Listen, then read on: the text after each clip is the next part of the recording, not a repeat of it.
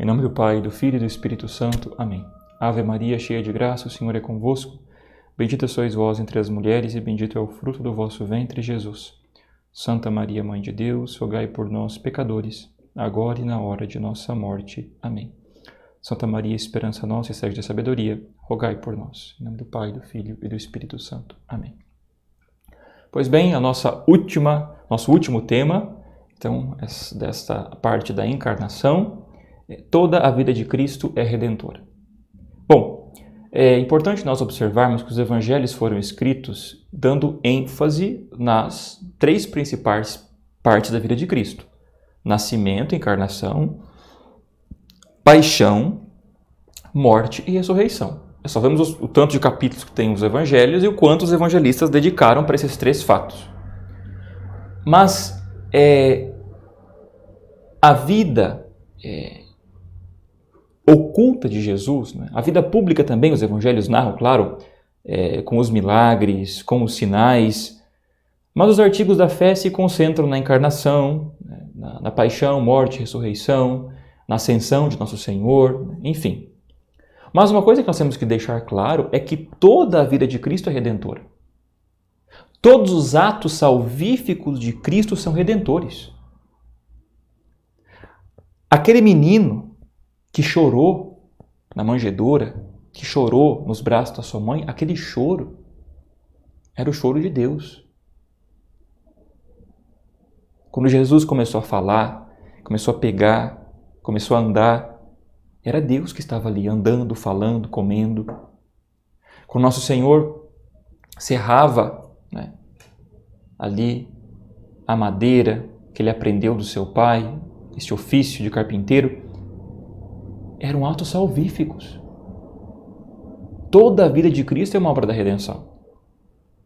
Não podemos pensar que Jesus nasceu, aí não sabemos o que ele fez, depois apareceu lá fazendo milagre, daí morreu, ressuscitou e é isso aí. Não. Toda a vida dele é obra de redenção, é obra salvadora. Qualquer ato humano possui um valor transcendente de salvação imenso perante Deus Pai, porque é feito por uma pessoa da Trindade, é feito pelo Filho. É diferente de eu serrar uma madeira e oferecer para Deus, do que o próprio Deus fazer aquilo ali e oferecer ao seu Pai. Então, inclusive, nos atos mais simples e aparentemente menos importantes de Jesus, há um exercício eficaz da sua mediação entre Deus e os homens, pois são sempre ações do Verbo encarnado, são sempre ações de Deus. São José Maria Escrivá entendia essa doutrina perfeitamente e começou a ver que são nos meios ordinários da vida que nós encontramos também a nossa união com Cristo, Redentor. E também nos santificamos. Os nossos afazeres diários, nosso trabalho, em que nós passamos a maior parte do tempo, Nosso Senhor também trabalhou, santificou o trabalho e por isso, então, nós também podemos nos unir perfeitamente a Ele. Ele é o Redentor do mundo, mas antes de falar, demonstra o seu amor com obras. Não é portador de nenhuma fórmula mágica, porque sabe que a salvação que nos traz há de se passar pelo coração do homem. As suas primeiras ações são risos e choros de criança. O sono inerme de um Deus humano, para que fiquemos tomados de amor, para que saibamos acolher nos nossos braços, diz São José Maria. Ou seja, Jesus ao nascer não fala nada, mas o ato de nascer, o seu nascimento, ali é uma obra que já diz muito. Já diz pela própria obra redentora, já diz para nós muita coisa.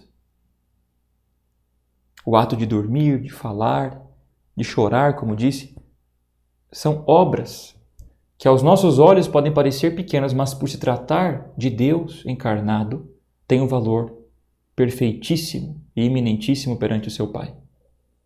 Os anos da vida oculta de Cristo não são uma simples preparação para o seu ministério público, mas atos autênticos redentores orientados para a consumação do mistério pascal.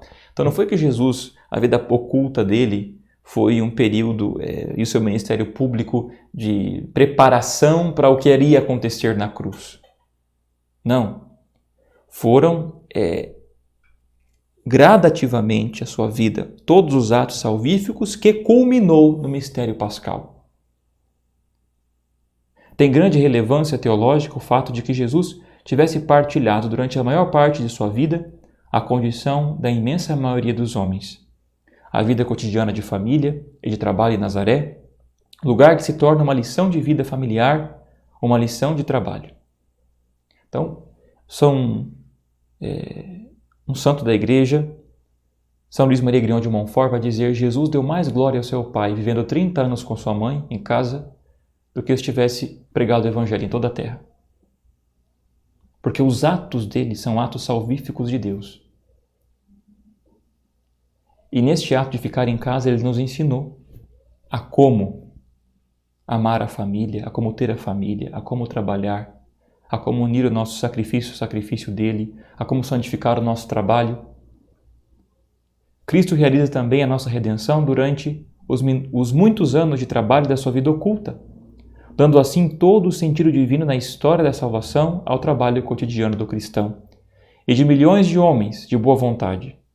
Jesus, crescendo e vivendo como um de nós, revela que a existência humana, os afazeres correntes e habituais, tem um sentido divino. E aqui vamos, por fim, parar de nos deter aqui. O trabalho entrou no mundo, né? O trabalho já existia antes do pecado. Tá? Já existia, o homem tinha que cultivar a terra. Mas o que aconteceu após o pecado foi que o sofrimento foi atrelado ao trabalho. Difícil, com o suor do rosto. Mas nosso Senhor santificou o trabalho, trabalhando nessa vida oculta. E Ele nos ensina sempre, diante do nosso cotidiano, que é onde nós passamos a maior parte do tempo, ninguém passa 24 horas dentro da igreja. Nós vamos à igreja uma vez por dia, se vamos na missa diária ou nos finais de semana, na Santa Missa, mas o local em que Deus nos santifica é o nosso trabalho. Fazendo ele como Jesus fez. Primeiro, oferecendo a Deus Pai. Fazendo bem feito, com pontualidade, com organização, com profissionalidade, com empenho, e saber que todo este meu trabalho é a forma que Deus me dá de chegar até Ele. A via da santidade do leigo está no seu trabalho. Em vir à igreja receber os sacramentos, claro, ser comunidade, alguns participam de pastorais, movimentos, mas isso é esporadicamente. Essa participação ativa. Nós somos cristãos todos os dias onde nós estamos, o nosso trabalho. E é ali que Deus quer que nós nos santifiquemos. Eu, enquanto sacerdote, na vida de padre, fazendo bem feito aquilo que tem que ser feito. Uma professora, preparando bem a sua aula, chegando na escola com pontualidade, saindo com pontualidade, deixando a sua sala organizada, preparando seus trabalhos com antecedência, suas provas, fazendo isso para Deus, não para os homens. Primeiro, olhar para Deus. Eu faço meu trabalho para o céu, para Deus. Claro, em favor dos homens. Mas o primeiro é Ele. E assim nós vamos dando um sentido sobrenatural para o nosso trabalho. Porque se nós não olhamos para a vida oculta de nosso Senhor, nos seus atos salvíficos, a nossa vida vai se tornando, dia após dia, como um ouro que vai escorrendo pela mão. Porque se nós não oferecemos a Deus nosso trabalho bem feito, é como se essa oferta para Deus que poderíamos oferecer não é oferecida. E nós perdemos graças para isso. Porque Deus, quando nós estamos em estado de graça, quando nós comungamos, confessamos e rezamos, Deus ilumina a nossa inteligência. Então nós vamos trabalhar melhor, fazer melhor as coisas, progredir. Algo que no meu trabalho eu não consigo resolver, eu vou na missa, comungo, peço para Deus uma iluminação e Deus me dá uma solução. Aparece uma solução. Porque o meu trabalho é a forma que Deus tem de me santificar. Nós temos que prestar muita atenção nisso. Se nós já temos um trabalho definido, saber se estou santificando ele ou não. E se eu não tenho um trabalho e uma profissão, isso não é tanto faz, tanto fez. A profissão faz parte, sim, da minha história e da forma como Deus quer me salvar. Através também do meu trabalho cotidiano, santificando Ele todos os dias.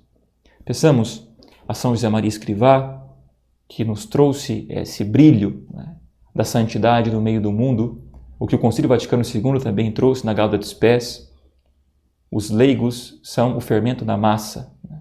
No coração do mundo faz o cristianismo crescer, cada um no seu local de trabalho, sendo cristãos autênticos, vivendo a sua vida oculta, como Jesus viveu em Nazaré. Mas sabendo que esses atos silenciosos são como as plantas que crescem em um bosque. Elas crescem em silêncio, mas no fim nós temos um bosque exuberante.